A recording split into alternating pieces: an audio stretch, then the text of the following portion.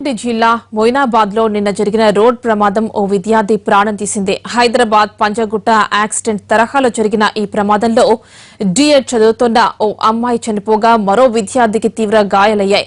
Car నడుపుతోంది minor. College కుర్రాళ్లు కారులో అతివేగంగా వెళ్తూ ఈ యాక్సిడెంట్ చేశారు. వీరిని పోలీసులు అదుపులోకి తీసుకున్నారు. ఈ ప్రమాదంపై మరింత సమాచారం మా ప్రతినిధి రాధాకృష్ణ అందిస్తారు.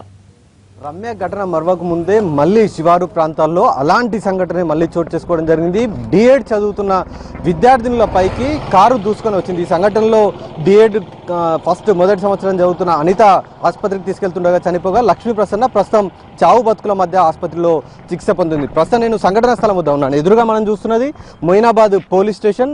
ఈ రోడ్డు మొత్తం కూడా వికారాబాద్ నుండి వచ్చే రోడ్డు ఇది. ఇదే రోడ్డు మీదకి వెళ్ళి నిన్న తమిళనాడు రిజిస్ట్రేషన్ తోటి ఉన్న నెంబర్ గల కారు ఇప్పుడు మనం చూస్తున్న ఈ స్పాట్ వద్దకు వచ్చింది. ఇక్కడ ఎలక్ట్రిక్ పోల్ కింద పడిపోయింది. మనం చూడొచ్చు కూడా ఈ ఎలక్ట్రిక్ పోల్ని ఢీకొట్టింది. ఆ తర్వాత ఎదురుగా ఉన్న పోల్స్ మీదకి ఒకసారిగా దూసుకొని పోయింది. ఈ ఎలక్ట్రిక్ పోల్ కింద పడిపోయిందంటే ఆ స్పీడ్ కారు ఎంత స్పీడ్గా ఉందనేది మనం అర్థం చేసుకోవచ్చు. ఒక్కసారిగా ఎదురుగా మనం చూస్తే ఎదురుగా కాలేజ్ వికాస్కి సంబంధించిన కాలేజ్ ఉంది. ఆ కాలేజీలోనే అనిత, లక్ష్మీ ప్రసన్నతో పాటు మరో యువతి సోని వీళ్ళందరూ కూడా డిఎడ్ చదువుతున్నారు. వాళ్ళు నిన్న మధ్యాహ్నం కాలేజ్ వదిలిపెట్టిన తర్వాత ఇంటికి వెళ్ళేందుకు వీళ్ళంతా కూడా పరిగికి సంబంధించిన వాళ్ళు పరిగిలో నివాసం ఉంటారు. ఎదురుగా మీరు చూస్తున్న రోడ్డు నుండి వాళ్ళు ఇక్కడికి రోజు కూడా వస్తారు. ఇక్కడికి రిక్వెస్ట్ బస్ స్టాప్ ఇది. ఇక్కడికి వచ్చిన తర్వాత వాళ్ళు రోడ్డు క్రాస్ చేసి బస్ ఎక్కి తిరిగి పరిగికి వెళ్తారు. ఆ సమయంలో నిన్న మధ్యాహ్నం సమయంలో కారు వాళ్ళు కాలేజ్ వదిలిపెట్టిన తర్వాత బయటికి వచ్చారు. వచ్చిన తర్వాత బస్సు కోసం అవతలికి క్రాస్ చేసేందుకు నిలబడ్డ సమయంలో ఒక్కసారిగా మనం తమిళనాడు నెంబర్ రిజిస్ట్రేషన్ చూడవచ్చు. TN45AQ 3535 నెంబర్ గల కారు ఇది, ఇండిగో.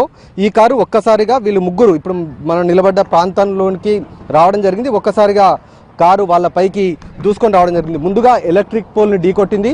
ఆ తర్వాత కాలేజీలకు సంబంధించిన సైన్ బోర్డ్స్ ఇక్కడ ఉన్నాయి. ఆ సైన్ బోర్డ్స్ లోపలికి వెళ్ళి ఒక్కసారిగా దూసుకొని వెళ్ళింది. ఈ సంఘటనలో వాళ్ళు ముగ్గురు కూడా ఒక్కసారిగా ఎగిరిపడ్డారు. ఇందులో ప్రధానంగా అనితకు తీవ్ర గాయాలు కావడం జరిగింది. వాళ్ళకి సంబంధించిన చెప్పులు కూడా మనం చూడవచ్చు. అంటే వాళ్ళు నిలబడ్డ ప్రాంతం నుండి సుమారు 10 అడుగుల మేర వాళ్ళు ఎగిరిపడడం జరిగింది. అంటే ఎంత స్పీడ్గా ఉండొచ్చు కారు అనేది మనకు చాలా స్పష్టంగా తెలుస్తుంది. అంత స్పీడ్లో అతను వచ్చి ఢీ కొట్టడంతో వాళ్ళు ఎలక్ట్రిక్ పోల్ నుండి మనం ఇప్పుడు చూపించిన ఎలక్ట్రిక్ పోల్ నుండి సైన్ బోర్డు, కాలేజ్ సైన్ బోర్డులు దాటి ఇక్కడ పడిపోవడం జరిగింది. వాళ్ళకు సంబంధించిన చెప్పులు కూడా మనం ఇక్కడ చూడవచ్చు. ఆ కాలేజీకి సంబంధించిన అమ్మాయిలకు చెప్పులు ఇవన్నీ కూడా ఇక్కడ అంటే ఇంత దూరంలో వాళ్ళు ఎగిరిపడడం జరిగింది. ఆ తర్వాత వెంటనే వాళ్ళు పోలీసులు కూడా ఇక్కడ సంఘటన స్థలంలోనే పోలీసులు కూడా వెంటనే రంగంలోకి దిగడం, ఆ తర్వాత వాళ్ళని కాపాడే ప్రయత్నం చేయడం జరిగింది. ఈ చెట్టు వరకు ఎగిసిపడ్డారు. మనం చూడొచ్చు కూడా చెట్టుకు రక్తం మరకలు కూడా కనబడుతున్నాయి. ఆ రక్త మరకలు కూడా అనితకు సంబంధించినవిగానే చెప్తున్నారు. ఇక్కడి వరకు కూడా ఆమె ఎగిసిపడడం జరిగింది.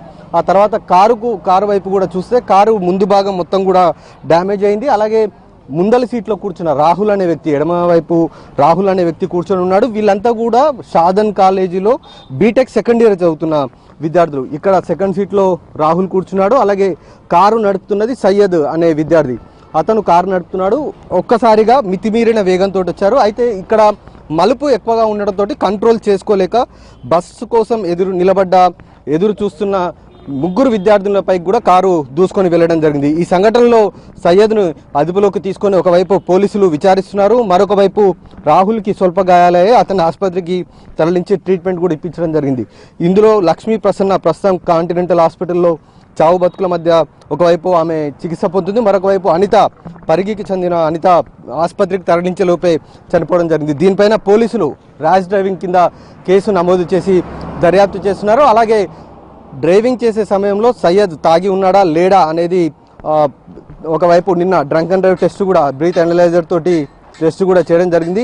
కారుకు సంబంధించిన ముందు భాగం ఇది మనం చూస్తున్నాం కూడా ఎంతో గట్టిగా ఉంటుంది, చాలా పటిష్టంగా ఉంటుంది. అలాంటి ముందు భాగం మొత్తం కూడా పూర్తిగా డ్యామేజ్ అయిందంటే వాళ్ళ స్పీడు సుమారుగా 100 నుండి 120 వరకు కూడా ఉండొచ్చు. ఆ సమయంలోనే వాళ్ళు కార్ని కంట్రోల్ చేయడం. అయితే ఈ సంఘటనలో కారు నడుపుతున్న వ్యక్తులంతా కూడా 21 ఏళ్లలోపు వారే, మైనర్లే ఎక్కువగా ఉన్నారు. కాబట్టి రమ్య సంఘటనలో కూడా బంజారా హిల్స్ రోడ్ నెంబర్ 3లో జరిగిన రోడ్డు యాక్సిడెంట్లో కూడా చనిపోయిన రమ్య కుటుంబాల్లో ముగ్గురు చనిపోయారు. ఆ యాక్సిడెంట్ కారణమైన వాళ్ళు కూడా మైనర్లే, మొత్తం ముగ్గురు మైనర్లే.